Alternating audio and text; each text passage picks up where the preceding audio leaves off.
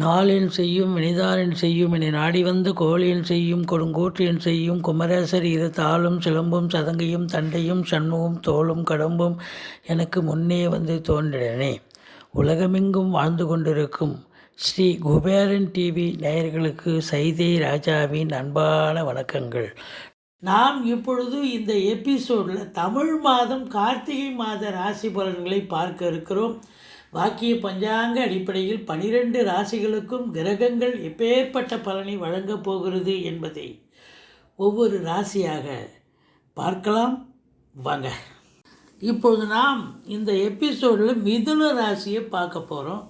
மிதுன ராசிக்கு கார்த்திகை மாத கிரகங்கள் எப்பேற்பட்ட பலனை வழங்கப் போகிறது அப்படின்னு.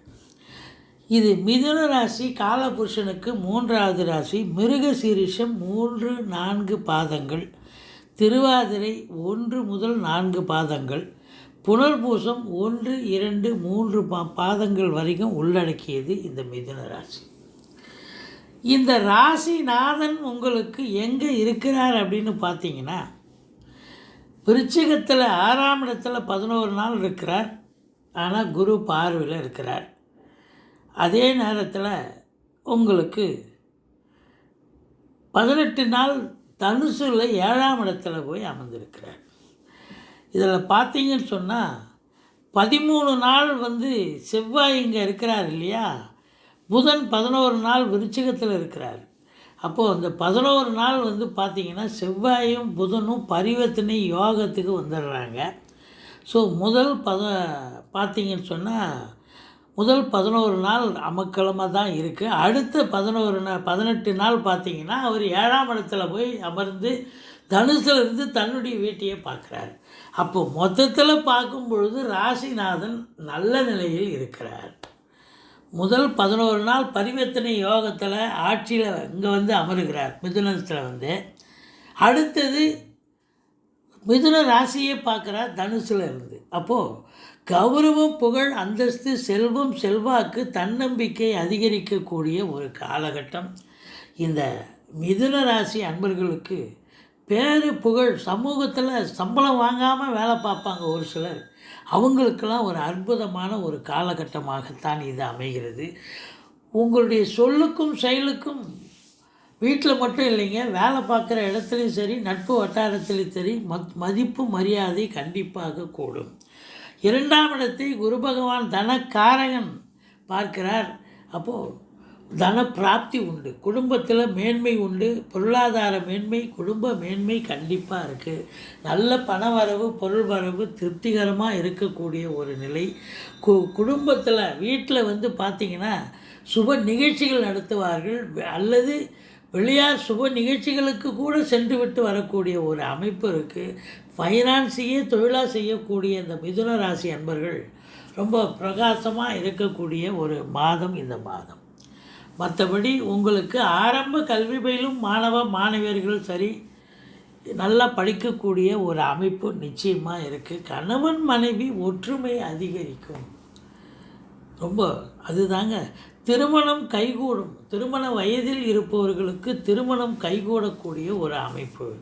3ஆம் இடத்து அதிபதி சூரிய பகவான் 6ஆம் இடத்துக்கு போயிட்டார். இந்த சூரியன் பொறுத்தவரையிலையும் 6ல் இருக்கிறார் அப்படின்னு சொன்னாலே உங்களுக்கு வயிறு உஷ்ணம் அடைய வாய்ப்புகள் இருக்கிறது. இந்த காரமான பொருட்களை நீங்கள் சாப்பிடக்கூடாது, எடுத்துக்கக்கூடாது. ஏன்னா 6ஆம் இடம் அப்படின்னு சொன்னாலே அது ஏற்கனவே ருணரோக சத்துருஸ்தானம். அங்கே போய் இன்னும் உஷ்ணமான கிரகமான சூரியன் இருக்கிறான்னு சொன்னால் உங்களுக்கு அப்டாமன் என்று சொல்லக்கூடிய அடிவயிறு உஷ்ணம் அடைஞ்சிரும். அதனால் அது ஏதாவது ஒரு வயிற்று வலி அது மாதிரி ஏதாவது பிரச்சனை வரலாம். அதனால் காரமான பொருட்களை சாப்பிட வேண்டாம், குளிர்ச்சியான பொருட்களை மட்டுமே சாப்பிட வேண்டும் அப்படின்னு நம்ம சொல்கிறோங்க. மற்றபடி உங்களுக்கு 3ங்கிறது கெட்ட ஸ்தானம். 3குடையவன் 6ல் போய் உட்கார்றான்னு சொன்னால் ஓகே தான். இருந்த போதிலும் இளைய சகோதரிகள் உங்களுக்கு எதிராக கிளம்புவார்கள், உங்களுக்கு அகென்ஸ்டாக மாறிடுவாங்க. எடுக்கிற முயற்சிகளில் கொஞ்சம் காலதாமதம் எடுக்கும் அப்படின்னு சொல்லலாம். மற்றபடி உங்களுக்கு 4ஆம் இடத்தை குரு பகவான் பார்க்கிறார். இது வரைக்கும் நீங்கள் குடியிருக்கிற வீடோ சொந்த வீடோ வாடகை வீடோ அது வாஸ்து தோஷம் இருக்குதுன்னு கேள்விப்பட்டீங்கன்னா, இப்போ குரு பார்வையில் 4ஆம் இடம் இருக்கிறதால இப்போ அந்த வாஸ்து தோஷம் நீங்கிவிட்டதாக ஒரு நிலை, ஐதீகம். அப்போது குறைவொன்றும் இல்லை. மாத்திருஸ்தானத்தை குரு பார்க்குறார். மாதாவுக்கு எந்த ஒரு மாதான்னா தாய்க்கு எந்த ஒரு பிரச்சனையும் இருக்காதுங்க. தேக ஆரோக்கியம் சிறப்பாக இருக்கும். அதே நேரத்தில் பார்த்திங்கன்னு சொன்னால் தாய் வழி சொந்தங்கள் ஆதரவாக இருப்பார்கள். வண்டி வாகனங்களை வச்சு பொழப்பு நடத்தக்கூடியவர்கள் சிறப்பாக நல்லா சவாரிகள் கிடைக்கும். அதே நேரத்தில் செவ்வாய் மிதுனத்திலிருந்து 4ஆம் பார்வையாக ராசியை பார்க்குறார், அதாவது கன்னியை பார்க்குறார் 4ஆம் இடத்தை. அப்போது வீடு மனை சொத்து பத்து வாங்க நினைப்பவர்கள் கண்டிப்பாக வாங்கக்கூடிய ஒரு காலகட்டம்.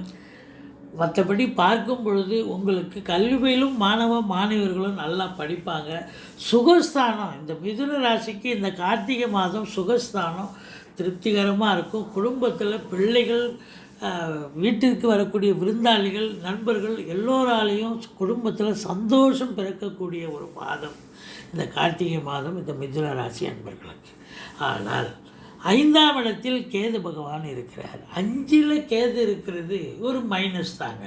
நீங்கள் வாங்கி வச்சிருக்கிற சொத்து பத்து அல்லது பூர்வீகத்தை சொத்தில் ஏதாவது வில்லங்கம் வரலாம். திடீர்னு யாராவது வரப்பு எங்களுக்கு இது வரைக்கும் இருக்குது, அதனால் ஏதோ ஒரு பேப்பரை காமிச்சு எங்களுக்கு இது வரைக்கும் எங்களுடைய அளவு இருக்குது, எங்கள் மனம் இது வரைக்கும் இருக்குது அப்படின்னு அவங்க ஏதாவது ஒன்று சொல்லலாம். இப்படி ஏதாவது ஒரு பிரச்சனை பூர்வீகத்தில் வரப்பு சண்டை, வாய்க்கால் சண்டை, ஏதாவது ஒரு சொத்து தகராறு வர்றதுக்கு வாய்ப்பு இருக்குங்க. பிள்ளைகள் நல்லா படிப்பாங்க, ஆனால் பிள்ளைகள் கூட உங்களுக்கு எதிராக பேசக்கூடிய ஒரு நிலை இருக்கிறது. குலதெய்வ வழிபாடு செய்யுங்க. ரிஷிகள், முனிகள், குருமாருடைய ஆசீர்வாதம் கண்டிப்பாக உங்களுக்கு இது தேவைப்படுகிறது. ஏன்னா 5 சுக்கிரன் அதிகபட்சமாக 6ஆம் இடத்துக்கு போயிட்டார். அப்போ பிள்ளைகள் கண்டிப்பாக உங்களுக்கு எதிராக திரும்பக்கூடிய ஒரு காலகட்டம்தான். எச்சரிக்கையாக இருங்க. 6ஆம் இடத்தை குரு பகவான் பார்க்கிறார். எதிரிகள் ஓடி ஒளிவார்கள். கடன் சுமை படிப்படியாக குறையும். கோர்ட்டில் கேஸ் எதாக இருந்தால் உங்களுக்கு சாதகமாக தீர்ப்பு வரும். சொந்த தொழில் செய்யக்கூடிய அன்பர்களுக்கு நம்பிக்கைக்கு பாத்திரமான பணியாளர்கள் கிடைப்பார்கள். மற்றபடி 7ஆம் இடத்தில் ராசிநாதனே போய் 18 நாள் அமர்ந்திருக்கிறார். சுக்கிரனும் 9 நாள் இருக்கிறார். அப்போது திருமண வயதில் இருப்பவர்களுக்கு திருமணம் கைகூடும். ராசிநாதன் பார்த்தா அதை விட ஒரு கௌரவம், புகழ், அந்தஸ்து எதுவுமே இல்லைங்க. சந்தோஷமான ஒரு நிலை. கணவன் மனைவி ஒற்றுமை. வேலை பார்க்குற இடத்துல எல்லோரும் ஆதரவாக அனுசரணையாக இருப்பாங்க. நண்பர்கள் உதவிகரமாக இருப்பார்கள். நண்பர்களுடைய வட்டாரம் விரிவடையும்.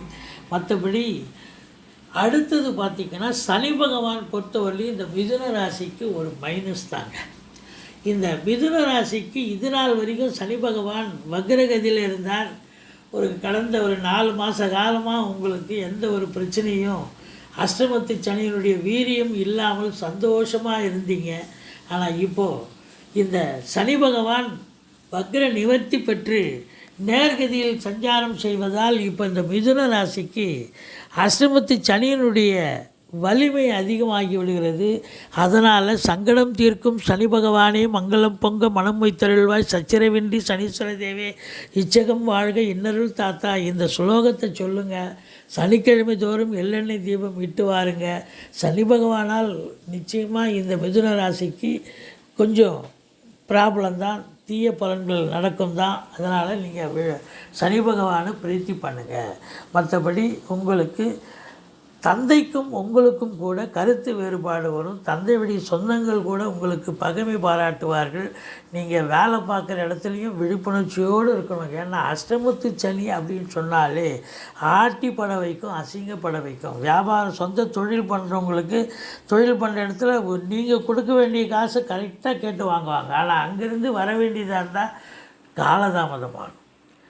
அது மட்டும் இல்லைங்க, அரசியல்வாதிகளாக இருந்தாலும் சரி அவங்களுக்கும் ஒரு பின்னடைவை சந்திக்கக்கூடிய ஒரு காலகட்டம்.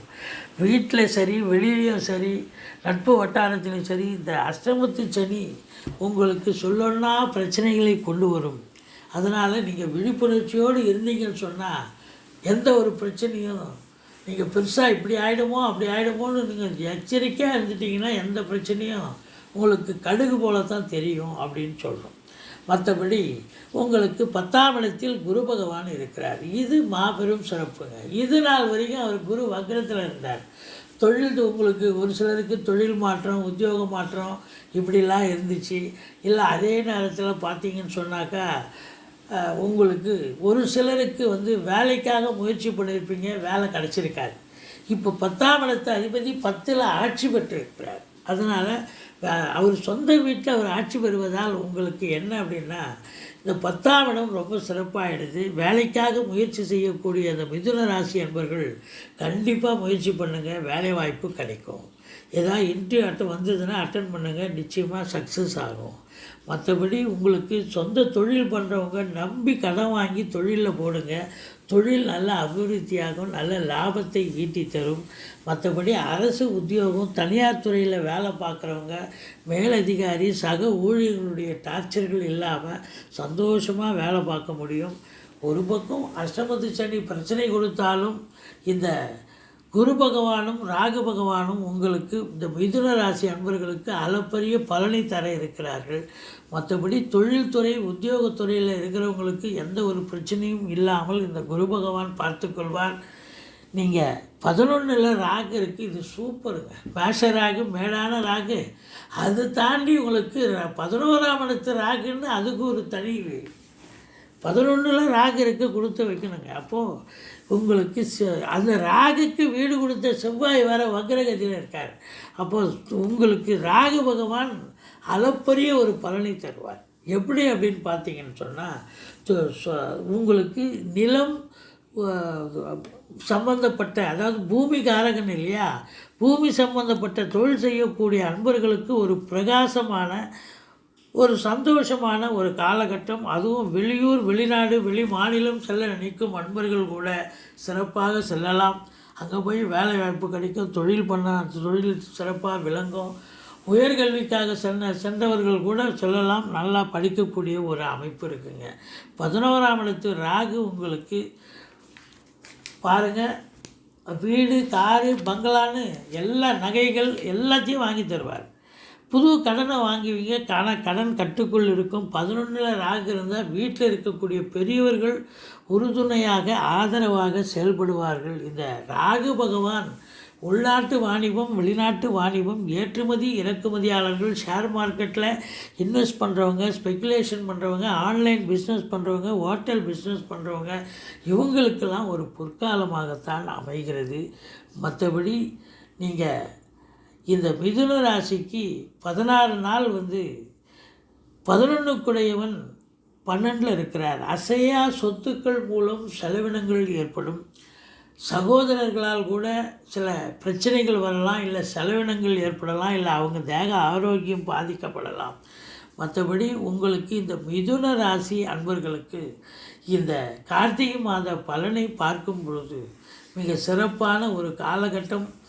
எந்த ஒரு குறையும் இருக்காதுங்க. நீங்கள் வணங்க வேண்டிய தெய்வம் பெருமாளை சேவியுங்கள், சக்கரத்தாழ்வாரை வழிபாடு செய்யுங்கள். இந்த சந்திராஷ்டம நாள்னு ஒரு 3 நாள் வருதுங்க, 11, 12, 13. இந்த 3 நாளும் ரொம்ப எச்சரிக்கையாக இருந்தீங்கன்னு சொன்னால் தலைக்கு வருது, தலைப்பாயோட போயிடுங்க. மற்றபடி நீங்கள் உங்களுக்கு இந்த மிதுன ராசி அன்பர்களுக்கு குரு பகவானும் ராகு பகவானும் உங்கள் ராசிநாதனான புத பகவானும் அளப்பரிய பலனை வாரி வழங்க இருக்கிறார்கள். ஆனால் சனி பகவான் சங்கடத்தை தர இருக்கிறார். மற்றபடி இந்த மிதுன ராசிக்கு நல்ல கார்த்திகை மாதம் ஒரு அற்புதமான ஒரு திருப்பு முனை ஏற்படுத்தக்கூடிய ஒரு மாதம்தான். ஸ்ரீ குபேரன் டிவியை பார்த்தமைக்கு நன்றிகள். மேலும் இது போன்ற தகவல்களை தெரிந்து கொள்ள ஸ்ரீ குபேரன் டிவியை சப்ஸ்கிரைப் செய்யுங்கள். மறக்காமல் பெல் ஐக்கானை கிளிக் செய்யுங்கள்.